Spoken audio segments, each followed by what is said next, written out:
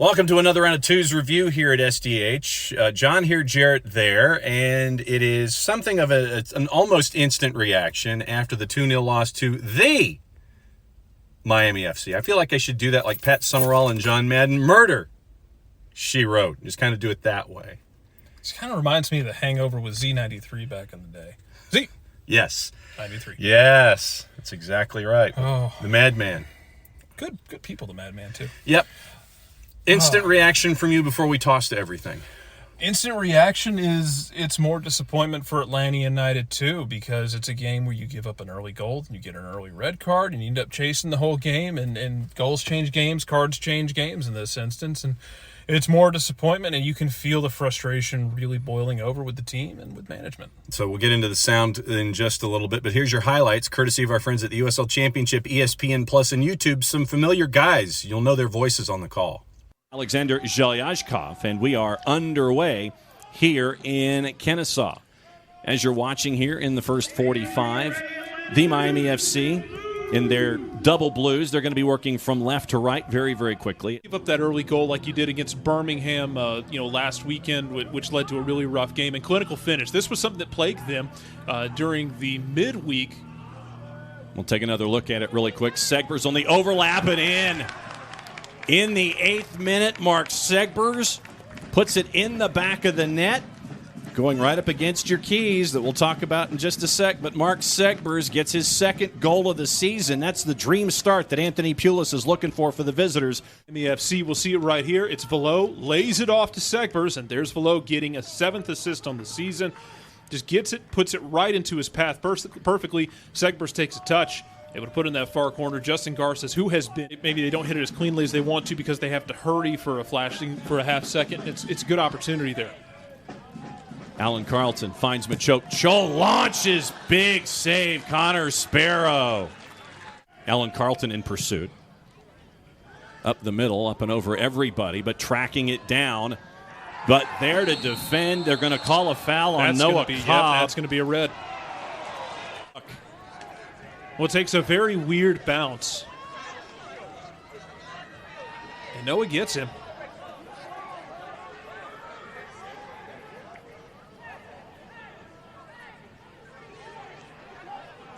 There's no one else. There's guys back there, but there's no.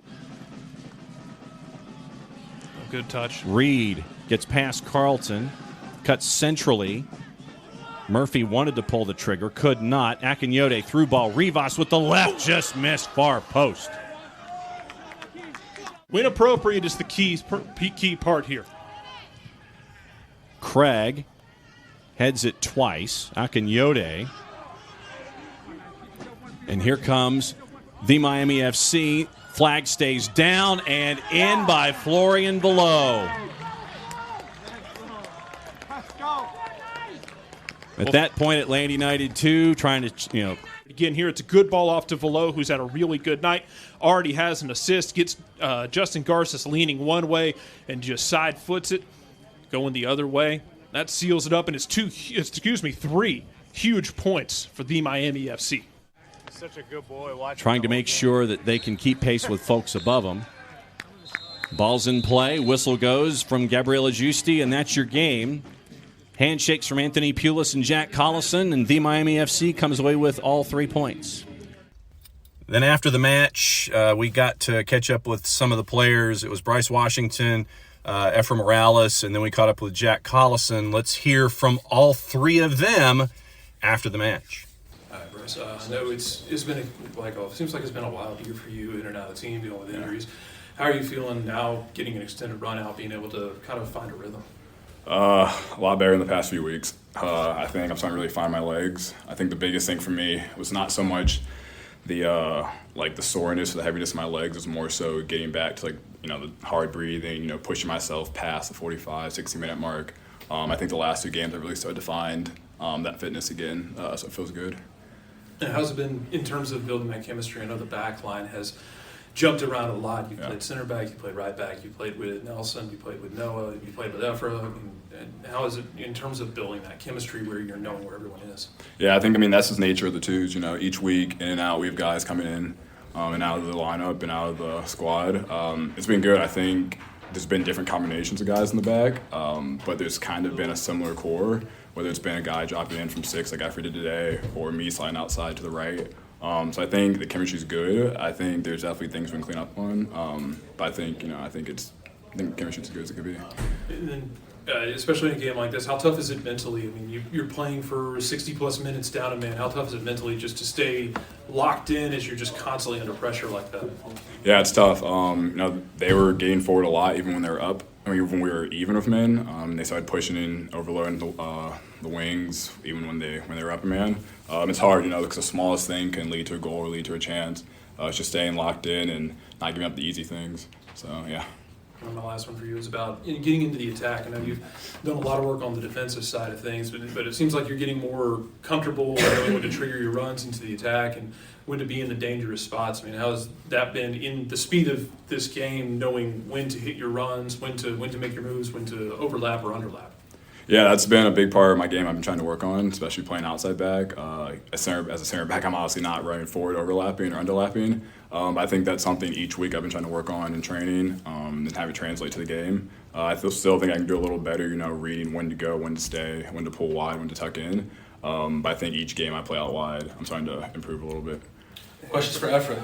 Efrain, it's a tough result tonight, but I mean, it's for you. It's getting back, and we've seen more of you in that 6 role. I mean, how has it been in terms of reestablishing that comfort for you instead of being part of that back line? I know you had to shift into it tonight, but being that guy in front of the back line and distributing. Right. I mean, I personally really enjoy it. Obviously, playing that position took me a little while to get comfortable. I mean, I give a lot of props for the guys, especially today, because I mean, you guys know more than anyone else how much running it is. So that's what really took me a little while to get comfortable, is that endurance aspect of it. But I really think I'm getting more comfortable on the ball. My ability to turn and play forward is a big part of my game, but also using some of that defensive pieces that I use at center back and being able to tackle. I think that's something I just need to grow in my game. And we saw you, especially one thing that stuck out to me at the end of the game was where you stepped in, cleared a ball out at the last minute. How's that been this year in terms of not just the physical aspect, but that mental reaction where being able to react quickly to the moment and make that right tackle in that moment and not hesitate? Right. It's always just it's having that mentality. I think more than anything, defensively is just a matter of wanting it. I think Nelson is a good player. Who's an example that he just has that fire inside of him, who's always willing to give up his body for the ball. And I try to take a little bit of that from him. Obviously, it's hard playing through the full 90 with a man down, but he honestly gives us he gives energy to the team. Using what he has, I'm able to clear the ball and just keep on pushing through. So in those situations where, before the red card, where you are playing in the midfield, how's it been in terms of building that chemistry with AJ, of knowing when somebody can step, when someone has to drop, and being able to communicate so you're not leaving a gap? Right, so he's a great player. Obviously, I love playing with him. I mean, it makes my job pretty easy. I think we know each other pretty well at this point. We weren't always the closest, but now we've really developed that. He's definitely kind of like that who's able to kind of do whatever he wants, go forward, go backwards. I try to play more of that defensive role, just be a bit of a pivot, and I think with a couple more games we can really build off of that. Questions for Coach?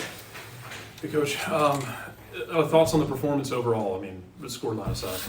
It was a good test of the boys' character and toughness and concentration levels, because going down to 10 men in any game is always difficult. And we know for us as a group this year, unless we've got 11 players who are completely at the top of their game and really firing on all cylinders, we're struggling to compete.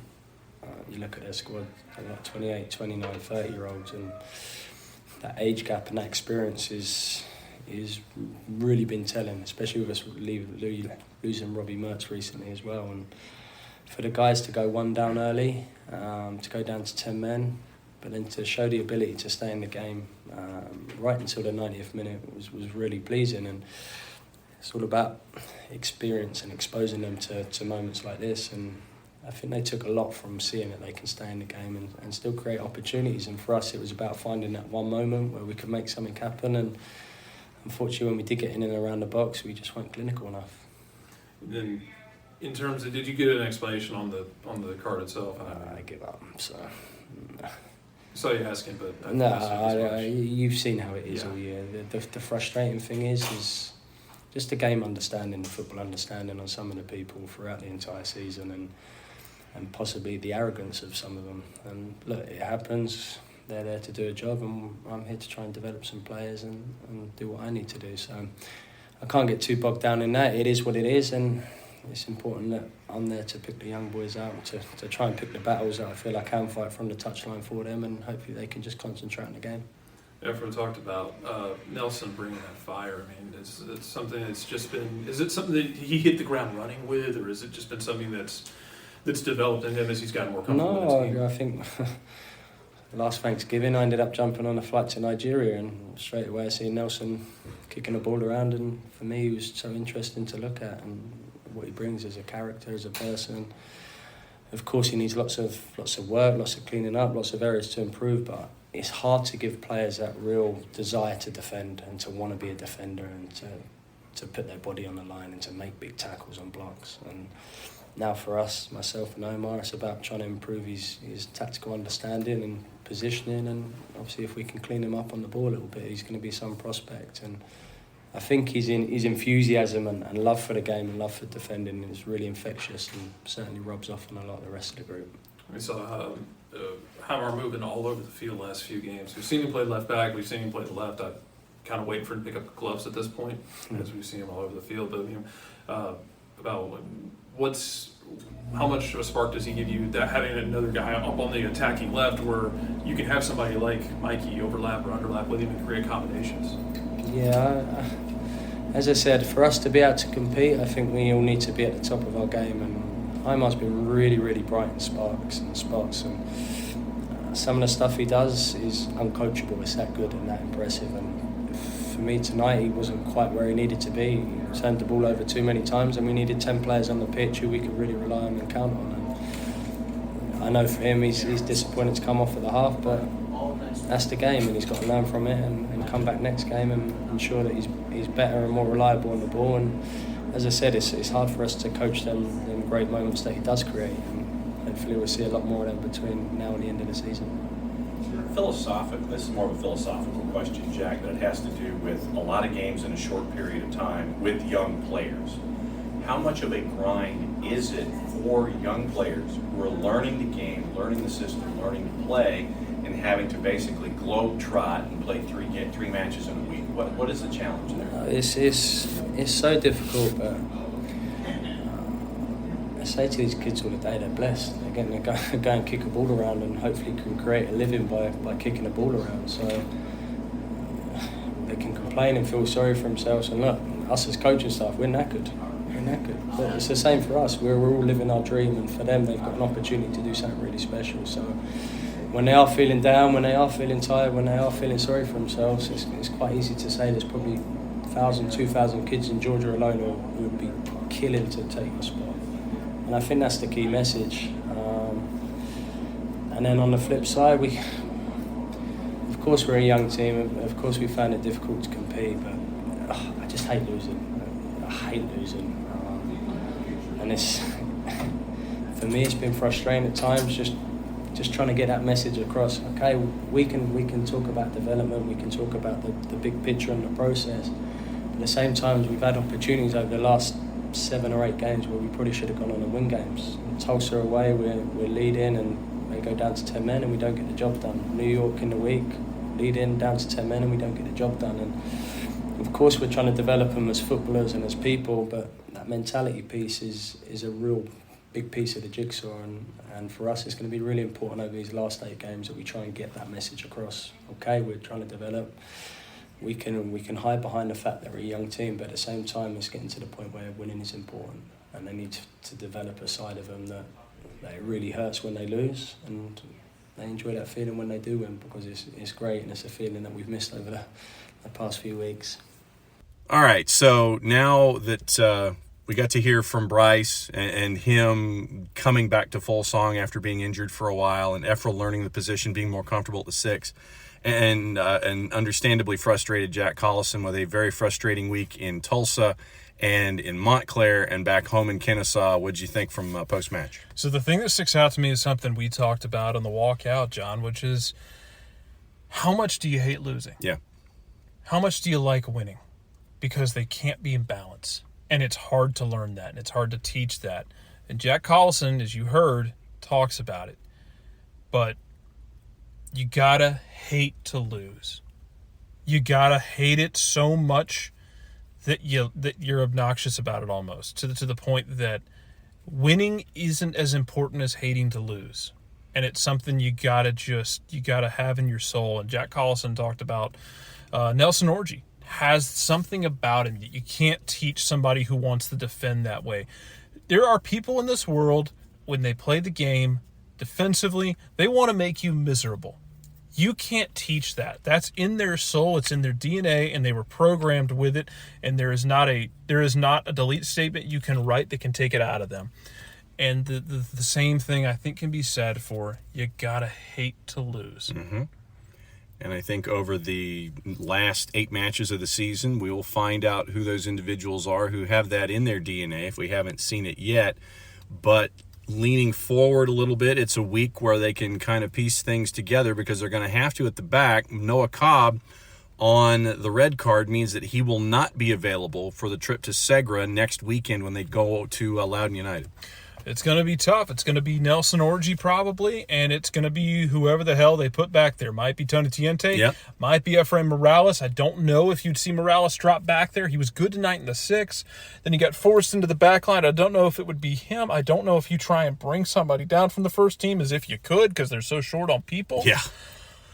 I don't know what you do to balance this if you're Atlanta United too, but it's going to be very tough, and you're going to have to nut up.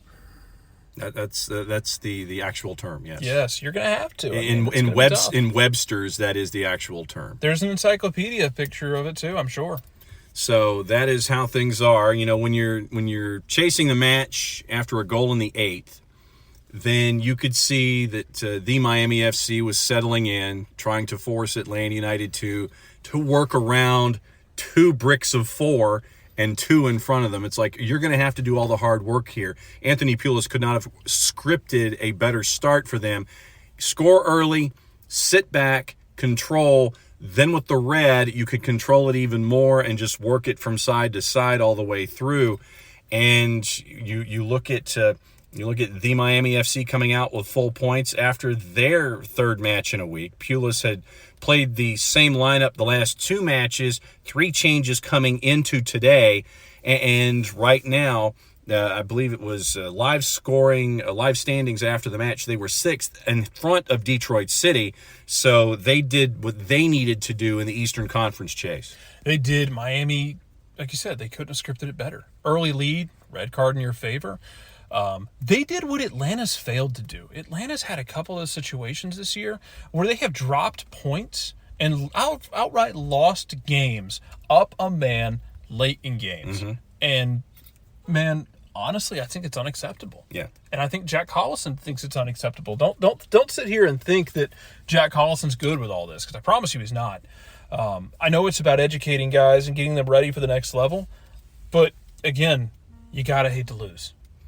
And that's the lesson going forward with Atlanta United 2 for the last 2 months of the season here. And it's 4 matches, 3 of them in a row at home toward the end of this month and early next. And then the last home matches on the 28th of September as Indy 11 comes to town. The last 2 matches are on the road out west to Western Conference foes. Anything else before we go? Honestly, not a lot to say with this one. It was really cut and dry. I feel like I've cursed this team because this is the first game I have called for Atlanta United 2 where they did not take at least a point away from it. I feel bad. I'm going to have to go sacrifice some sort of animal. Well, no, you're just going to have to not wear that particular outfit anymore. Right, you can't wear that golf shirt. You can't. Nope. You can't wear that polo anymore. Okay. And it also means that I can't. When we're in the booth, I can't wear this particular polo, so I'm right there with you. I have to look at my wardrobe as well and figure out what combination. I got a red ATL one I can wear next time. How about that? There you go. So that's your look at the 2-0 loss to the Miami FC. Atlanta United has about a week to figure things out at the back before they head to Loudoun United to take on the team at Segra next week. He's Jarrett. I'm Jon. Play it safe, everybody. Enjoy the games.